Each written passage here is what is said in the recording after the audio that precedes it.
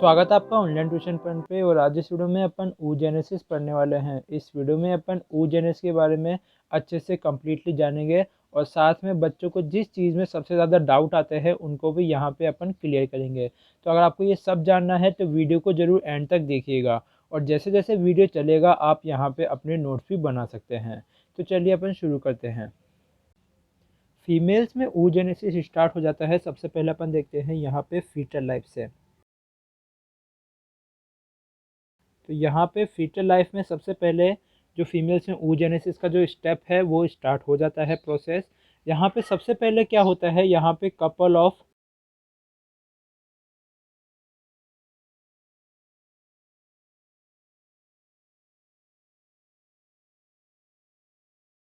तो यहाँ पे सबसे पहले couples of million gamete mother cells are formed in each ovary. तो ये जितने मतलब हम कह सकते हैं कि मिलियंस ऑफ जो गैमेट मदर सेल्स होते हैं जिसको अपन बोलते हैं यहाँ पे याद रखना oogonia। तो यहाँ पे millions of oogonia each ovary में फीमेल की यहाँ पे ट्रांसफ़र हो जाते हैं। अब यहाँ पे क्या होता है, ये oogonia जो होता है यहीं पे सबसे पहले मियोटिक डिवीज़न को शो करता है। तो मियोटिक डिवीज़न की अगर अपन यहाँ पे बात करते हैं तो क्या होता है वो देखते हैं। तो यहाँ पे oogonia सबसे पहले मियोटिक डिवीज़न को शो करता है। अब यहाँ पे अपन जानते हैं मियोटिक डिवीज़न दो पार्ट में डिवाइडेड है। सबसे पहले वो क्या करता है, मियोसिस फर्स्ट करता है। तो वहाँ पे प्रोफेज फर्स्ट पे जाके ये जो स्टेप होता है ये टेम्परेरीली अरेस्ट हो जाता है।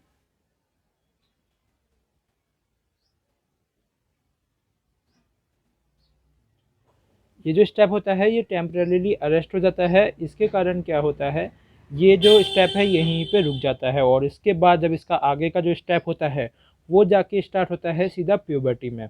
लेकिन यहाँ पे ये जो oogonia है यहाँ पे रुकता नहीं है। यहाँ पे क्या होता है, oogonia के चारों तरफ पहले तो अपन oogonia को मियोसिस फर्स्ट में जब वो अटक जाता है उसके बाद इसको अपन बोलते हैं प्राइमरी oocyte। और मैंने क्या कहा था, इसके चारों तरफ कुछ लेयर ऑफ सेल्स अरेंज हो जाती है हर प्राइमरी oocyte के चारों तरफ, जिसको अपन बोलते हैं ग्रेन्युलोसा सेल्स।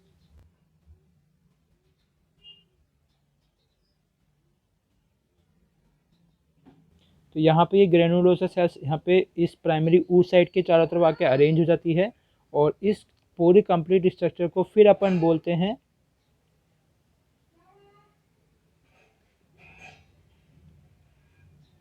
Primary follicle. तो इस कंप्लीट स्ट्रक्चर को फिर अपन यहाँ पे बोलते हैं प्राइमरी फॉलिकल। अब यहाँ पे ये प्राइमरी फॉलिकल बन चुका है। अब यहाँ पे अब फीटल लाइफ के बाद यहाँ पे जब प्यूबर्टी आती है, यहाँ पे प्यूबर्टी आती है तो प्यूबर्टी तक आने आते एक ऐसा यहाँ पे होता है प्रोसेस जहाँ पे क्या होता है, जो फॉलिकल्स होते हैं फॉलिकल्स का नंबर जो यहाँ पे मिलियंस ऑफ आए थे वो डीजनरेट हो जाते हैं। अब यहाँ पे फॉलिकल्स डीजनरेट हो चुके हैं और सिर्फ 60,000 टू 80,000 फॉलिकल्स ही ईच ओवरी में रिमेन रहते हैं। तो इतने ही फॉलिकल यहाँ पे आके बचते हैं। अब यहाँ पे एक स्टेप यहाँ पे प्राइमरी फॉलिकल्स का स्टेप यहाँ पे आगे स्टार्ट होता है प्यूबर्टी में आने के बाद। तो इस स्टेप को अपन एक डायग्राम की मदद से अगर अपन समझेंगे तो इसे और इजीली अपन समझ पाएंगे। तो चलिए अपन डायग्राम बनाना स्टार्ट करते हैं। अब यहाँ पे अब मैंने प्राइमरी फॉलिकल की स्ट्रक्चर को बना लिया है, जहाँ पे इंटरनल जो है ये है प्राइमरी oocyte जिसको अपन oocyte बोलेंगे और इसके चारों तरफ है ग्रेनुलोसा सेल्स। अब यहाँ पे क्या होता है, जो ग्रेनुलोसा सेल्स होती है उनका नंबर बढ़ता है और यहाँ पे क्या होता है, जो ग्रेनुलोसा सेल्स की जो लेयर होती है वो इंक्रीज हो जाती है। तो यहाँ पे अपन मान लीजिए ये एक प्राइमरी फॉलिकल है। यहाँ पे अब ये जब सेकेंडरी फॉलिकल बनेगा तो इसमें जैसे कि मैं वापस वही स्ट्रक्चर बना देता हूँ। यहाँ पे ये कंप्लीट oocyte है और इसके चारों तरफ अब ग्रेनुलोसा सेल्स की जो लेयर है वो डबल हो चुकी है। ठीक है, तो मोर देन वन जब ग्रेनुलोसा सेल्स की लेयर हो जाती है बहुत सारी की, तो इसको अब अपन बोलते हैं सेकेंडरी फॉलिकल।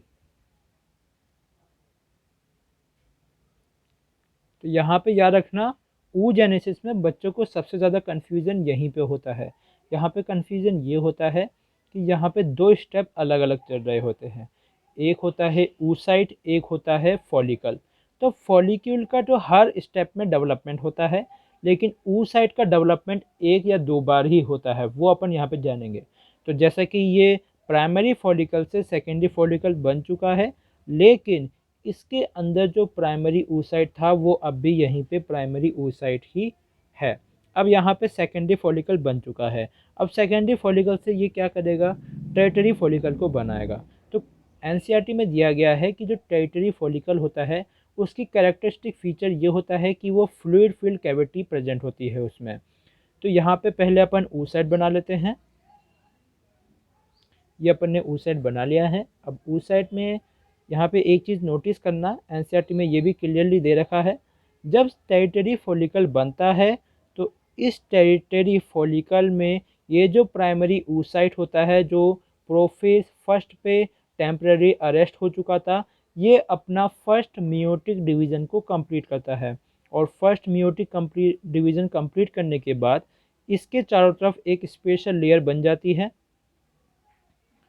जिसको अपन बोलते हैं जोना पेलुसिडा।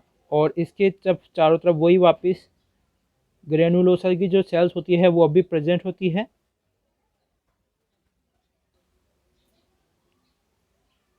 तो यहाँ पे अब अपन देख सकते हैं कि ये जो अब ये प्राइमरी सेकेंडरी फॉलिकल से अब ये टर्टियरी फॉलिकल बन चुका है, जिसको अपन लिखेंगे, अपन कह सकते हैं 3 डिग्री फॉलिकल।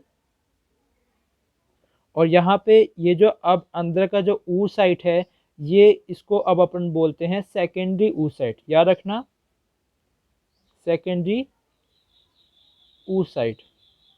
तो यहाँ पर जैसे कि मैंने कहा था 2 अलग अलग डेवलपमेंट चल रहे हैं, एक है प्राइमरी oocyte का और एक है फॉलिकल का। तो यहाँ पे ये टर्टियरी फॉलिकल है, लेकिन इसके अंदर अब जाके, मतलब याद रखना, टर्टियरी फॉलिकल बनता है और उसके बाद होता है इसका मियोटिक डिवीज़न फर्स्ट कंप्लीट। तो यहाँ पे मैंने ऑलरेडी पूरा कंप्लीट करके बताया है कि यहाँ पे अब मियोटिक डिवीज़न कंप्लीट हो चुका है। और यहाँ पे ये जोना पेलुसिडा, जो यहाँ पे एक लेयर है, जोना पेलुसिडा, तो जोना पेलुसिडा लेयर बन चुकी है। और यहाँ पे जो आप ये कैविटी देख रहे हैं, इसको अपन बोलते हैं एंट्रम।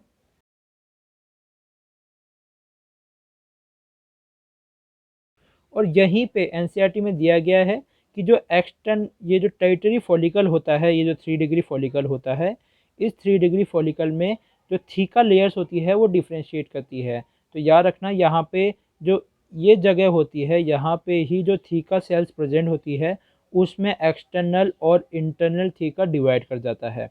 याद रखना, सबसे पहले जोना पेलुसिडा आता है और फिर ये ग्रेनुलोसा सेल्स आती है। और याद रखना, ग्रेनुलोसा सेल्स में ही यहाँ पे एक और चीज़ दी गई है जो एनसीईआरटी में नहीं है, लेकिन यहाँ पे प्रेजेंट होती है, जिसको अपन बोलते हैं क्यूम्यूलस ऊफेरस।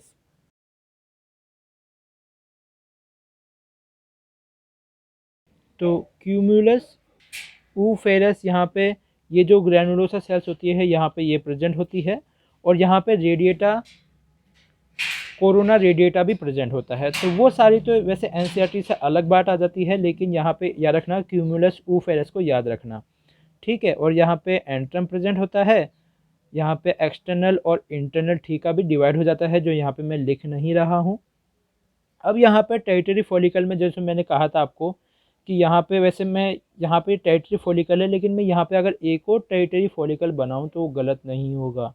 क्योंकि मैंने यहाँ पे नहीं बनाया, क्योंकि उसका रीज़न ये है, याद रखना, जब भी सेकेंडरी फॉलिकल से टर्टियरी फॉलिकल बनता है तो ये जो oocyte का जो शेप होता है ये थोड़ा सा बढ़ जाता है, ठीक है। ये याद रखना, इसका शेप थोड़ा सा बढ़ जाता है, जो मैंने यहाँ पे नहीं बनाया, क्योंकि मैंने यहाँ पे जो मियोटिक डिवीज़न है उसको 2 टर्टियरी फॉलिकल्स में कंप्लीट होते हुए नहीं दिखाया।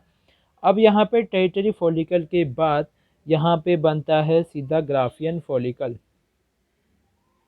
जिसको अपन मैच्योर फॉलिकल भी बोलते हैं, ठीक है। अब यहाँ पे जाके बनता है ग्राफियन फॉलिकल, जो कि बहुत ही सबसे बड़ा और मैच्योर फॉलिकल होता है। टेरिटरी फॉलिकल के बाद आता है ग्राफियन फॉलिकल, जहाँ पे आप देख सकते हैं यहाँ पे कुछ सेल्स होती है, और ये अंदर ये जो छोटी सी सेल है ये है प्राइम सेकेंडरी oocyte। और यहाँ पे याद रखना, ये जो कंप्लीट जगह होती है ये तो आउटर सेल्स है, और ये जो कंप्लीट जगह होती है ये होती है अब कैविटी, जो एंट्रम होती है उसका साइज भी बढ़ जाता है, और इसको अपन बोलते हैं मैच्योर फॉलिकल, या फिर हम बोलते हैं ग्राफिन फॉलिकल। तो यहाँ पे आपने ये जो डिविजन्स हो रहे हैं और यहाँ पे जो डेवलपमेंट हो रहा है ये तो आपको समझ में ज़रूर आ चुका होगा, लेकिन एनसीईआरटी में जो डायग्राम दिया गया है मैंने वैसा नहीं बनाया है, मैंने यहाँ पे एक्सप्लेन करने के लिए ऐसा बनाया है। अब यहाँ पे क्या होता है, जो LH सर्ज आता है मेंस्ट्रुअल साइकिल के टाइम पे, वहाँ पे LH सर्ज के कारण ये जो ओवम होता है, ये सेकेंडरी मियोटिक डिवीजन कंप्लीट करने का जो सेकेंडरी oocyte है इसको अपन ओवम बोलते हैं, ये ओवरी से रिलीज़ हो जाता है।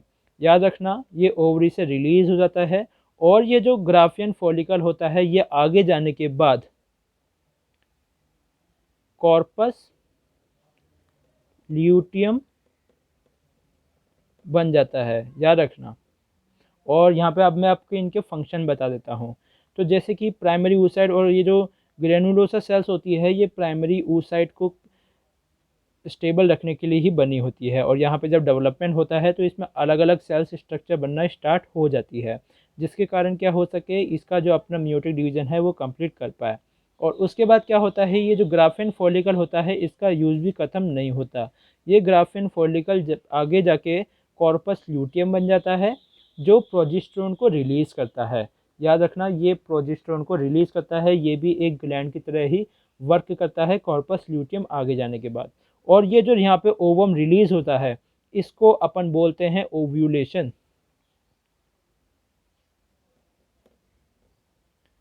तो ये अपना कंप्लीट, ये जो कंप्लीट oogenesis है, यहाँ पे मैंने एनसीईआरटी से यहाँ पे सारे पॉइंट यहाँ पे आपको बताए हैं, एक भी पॉइंट मिसिंग नहीं है। तो ये अपने नोट्स भी बना सकते हैं इसको देख के, तो आपको कभी भी एग्जाम्स में इसमें कन्फ्यूज़न नहीं आएगा। और याद रखना, आपको मैं एक ट्रिक बता देता हूँ सिंपल सी, जब भी आप इसे एग्ज़ाम में करने जाए तो एनसीईआरटी में इसी टॉपिक के बाद 2 डायग्राम दिए गए हैं, 2 जो जुड़े हुए हैं डायग्राम वो दिए गए हैं, जिसमें एक तरफ मेल और एक तरफ फीमेल्स में जो गैमेट्स का फॉर्मेशन होता है वो शो किया गया है। वो ज़रूर देख के जाइएगा, क्योंकि वो आपके 90% के क्वेश्चंस को सॉल्व करने में हेल्पफुल होगा। तो अगर आपको ये वीडियो पसंद आया तो प्लीज़ इस वीडियो को लाइक कीजिए और अपने फ्रेंड्स के साथ भी शेयर कीजिए, ताकि वो भी इसको ईजिली समझ पाए, और हमारे चैनल को सब्सक्राइब कीजिए। Thanks for watching, see you in the next one.